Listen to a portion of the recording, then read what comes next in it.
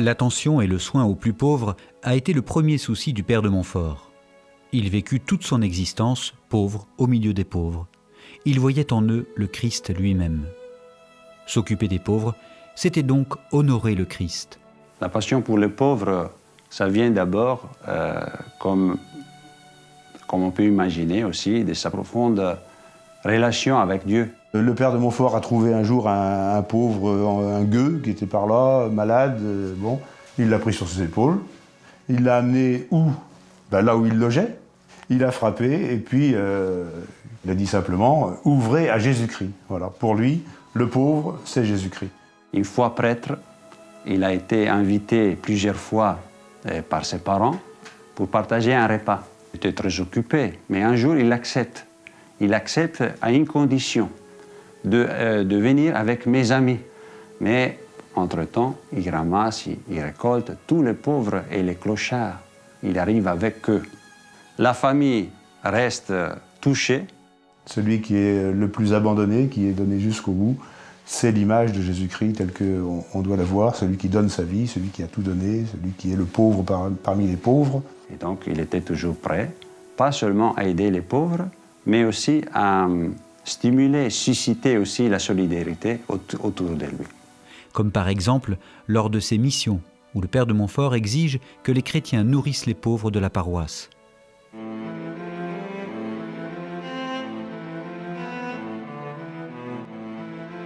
Derrière ce mot de pauvreté se cachent des réalités très diverses et qui existent pour ainsi dire partout dans le monde. On a celle qui est la plus criante, c'est la pauvreté économique, ce qu'on appelle les pauvres, ceux qui sont exclus, qui n'ont pas les moyens de vivre.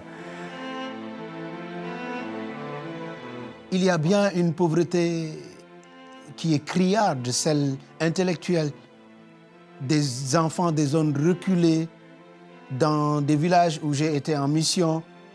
Ces gens-là, il faut qu'il y ait d'autres gens, comme des frères de Saint-Gabriel, qui acceptent de quitter leur confort de ville, de beaux collèges, etc., qui acceptent d'aller travailler avec ces gens pauvres dans les villages.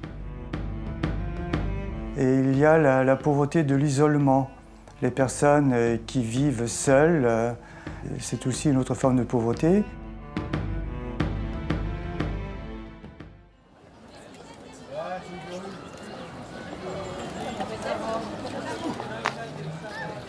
Il y a encore la pauvreté physique quand on devient dépendant.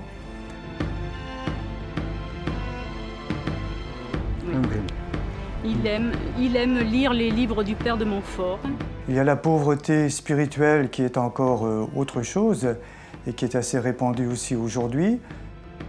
Là où elles sont présentes, les congrégations montfortaines, en s'inspirant de leurs fondateurs, consacrent leur vie au service des plus démunis, juste armés de leur foi en l'amour infini de Dieu pour les plus pauvres.